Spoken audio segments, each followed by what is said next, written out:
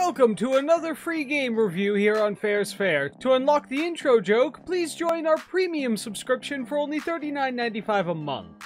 And today we'll be looking at Crossout. And you might be wondering, what could a game like Crossout possibly be about? Well, as a MOBA, it's kind of like if League of Legends had some kind of mutant vehicle-based offspring game baby with the Mad Max universe. Only, you know, minus the leather BDSM fetish. But the first thing you need to do when playing Crossout is build a car. You get a frame, you put a cabin on it, you staple some armor on the side, you find places for guns to go, and make sure you have wheels underneath. And ta-da, you've got a vehicle with varying levels of success. And the first thing you're going to have to address in this is, well, not all types of vehicles you build are going to be viable. There's some really creative ones out there that are just downright amazing that they work at all. There's some that are relatively efficient, there's some that play it really safe, and when in doubt, you can always get a heavy cabin, slap the guns directly on top of it, and charge head first into the battle. First thing is first, however, let's talk story.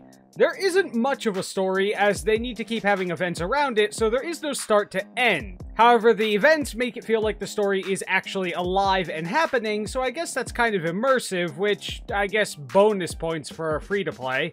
And it's an okay story, even though your average mission or raid has as much to do with it as I do with the British National Museum. But there is an adventure mode where you can play the campaign, and nothing else. There are small tasks in adventure mode, but based on time investment versus reward, your time would be better spent digging up Mount Everest with a teaspoon. But if you ever wanted some advice, you should definitely complete the story missions because A, they're free EXP, and B, after you've completed all of the story missions, you gain access to harder versions of those missions, one a day, and it's pretty much the same EXP reward as you would get for doing any kind of normal mission battle and winning it. So the story is not important, but it does have a semi-valid campaign, so I do give it extra points on that. But don't worry, we'll be taking those points away as we get onto the next parts, the gameplay. Now the gameplay is what will make or break your free-to-play game because, let's face it, no one plays a free-to-play game just for the good story. If I was playing a game for an amazing story and frankly an ungodly orgasmic soundtrack, I'd be playing something from the Nier series. So is it easy to learn and start this game? Well, it's very easy to start the game, because at the start of the game, when you're still a noob and you're working with noobs, virtually every design you ever make for any vehicle you create is perfectly viable. However, it does become relatively hard to decide what's viable later on. And one of the most annoying things about determining what's viable later on is the fact that just because you have the ability to reach a certain power score number does not mean you have the ability to build a viable vehicle at that level. I'd say that seems just a little bit unbalanced, or maybe defeats the purpose of using power scores to determine whether or not you're going to be able to fight or not. But as we'll find out, balance is not something we thought a lot about when we made this game, now did we, designers? Because the actual gameplay allows you to make almost any kind of car, including useless ones with absolutely no hope of winning. This is where things get a little bit tricky, and where players abandon their creativity, because it's easier to download a good blueprint and buy the parts for it than to figure out how to build something that actually works. Just like the high fashion and the high art worlds, having money can be substituted for skill or creativity. Now, overall, I do find that it is relatively balanced. The major argument is that you can buy a really good gun, put it on a low-tier car, and mess up lower power scores without much threat. The issue is that in order to keep their power score low, people who do this have to sacrifice something else. Like armor. I have a car that will assassinate in low tier, but if anything hits me before I get to the enemy, my twisted metal confetti will menacingly flitter across the battlefield with all the threat of a video game shotgun past 10 feet. But I only made it because some daily challenges require a shotgun-wielding car. Now, I do not use shotguns all that often, but I do happen to have a laser shotgun known as a Gravistar.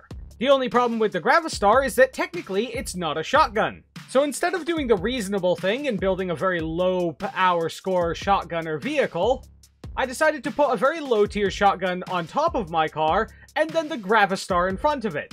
Because technically speaking, I have a shotgun. So if I win this game, I won it with a shotgun. Now, to anyone who's paying attention, this does seem like I'm circumnavigating the rules just a little bit. And in my defense, I am absolutely doing exactly that. I'm claiming to have defeated the enemy with a handgun while using an Iowa-class battleship as my sidearm.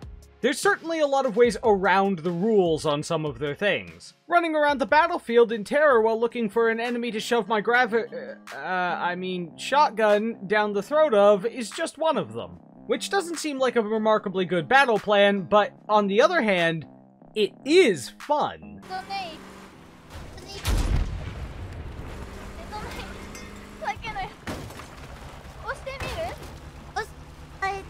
And this brings us to our next part. Is it pay to win? Like I said, not if you can figure out how to build something viable. Once you got that, you should be good. It is, however, pay to skip the grind. And the designers love their grind. A lot of it. Because Crossout grinds harder than a child in a French Netflix movie.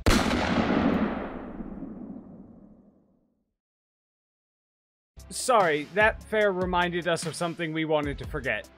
Anyway, if you consider moving up the tech tree winning, which it is, I would absolutely say that there is some aspect of pay to win in this game. To put this in perspective, if you are on the bottom of the losing team, but you have a Prime account, you will get more resources than a free, non-paid account at the top of the winning team. Or at least very close to them.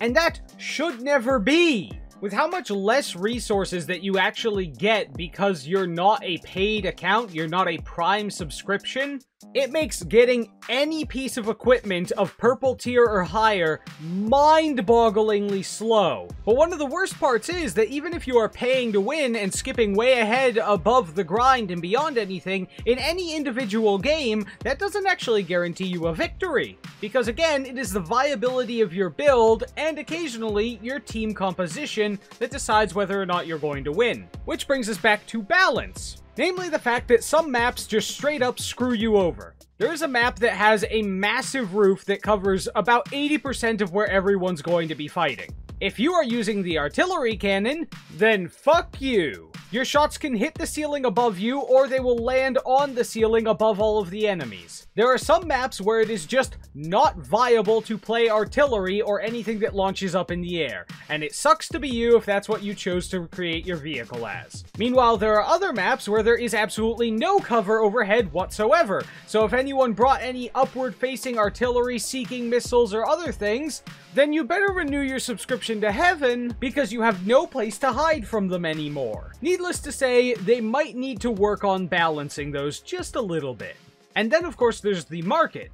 Now, the market's an interesting place because you can get gold coins, that is the paid currency, by selling things that you have gained, including fuel or resources or parts that you crafted. By the way, you can have a fuel tank and a fuel barrel, and it will give you 10 fuel and 5 fuel respectively, even though 2 fuel tanks and 2 fuel barrels do not stack. I'm not sure why it works that way, but it does. But on the market, you kind of have this weird stock exchange mentality going on, where I have seen entire Reddit posts and forum discussions about creating artificial shortages, market manipulation, and going over the median times where it's the best time to sell or buy any particular resource. The fact that people are wasting their economics degree inside of the marketplace in this game is a tad bit concerning. Yet no amount of design or Prime gives you the win. What gives you a fair shot is your AI behaving itself for even just 2 fucking seconds. A lot of things are going to damage this game's reputation and hurt its score in the end. It's a bit of pay to win, its balance is all over the place, RNGesus decides whether or not your artillery is going to be of any use, and exactly what is a viable car build is never going to be apparently obvious in your first 2 games, so you're going to end up wasting a bit of time tinkering. But what's really going to hurt it is god-awful AI. Sometimes the AI will just hang out at your base and completely ignore the battle going on in the center of the map. Literally. They'll just drive around in circles at your main base and do nothing. And whether or not the AI decided to behave itself is going to decide things fairly quickly. because they generally sit on the upper end of power scoring side of the game with really high tier weapons. Now granted, a lot of them are too stupid to use this properly, as many of them with guns mounted on the front of their car will drive away from the enemy while trying to shoot backwards with the gun on the front of their car. This will not work because their car is in the way of the gun. So the AI don't seem to know where their guns are or how to use them, but they have perfect aim with them, always aiming at your cabin. My problem is that the reason I'm losing to the enemy is because we both started with 3 AI, everyone charged toward the center, but our AI fell in love with a local wall and couldn't figure out how to get away from it. And no, that's not a joke. That's not kidding. The AI crashed into a wall and just continued to go forward. It's really not a good sign when your AI is outsmarted by the concept of non-permeable matter. Another example is in one particular map, where you can either go straight to the base in the center in a King of the Hill style game mode, which we were in for this game, or you can take an immediate turn and fight the enemy team before they go there. Now we had already pinged we were going right for the center. We were going right for the capture point and we were going to set up there. So the game starts and almost everyone goes in the right direction, but one AI decides to turn and go off and face the entire enemy team on their own. At which point our ally with a harpoon and a big scoop on the front of his car harpooned the ally AI and dragged it to the capture point. We should not have to drag the AI to the objective, kicking and screaming like a belligerent child. And the fact that the random decision of what kind of artificial unintelligence will be running our non-player vehicles this game will literally decide who's going to win on a lot of different games is kind of an issue for me. So overall, if I was going to have to rank Crossout as a video game,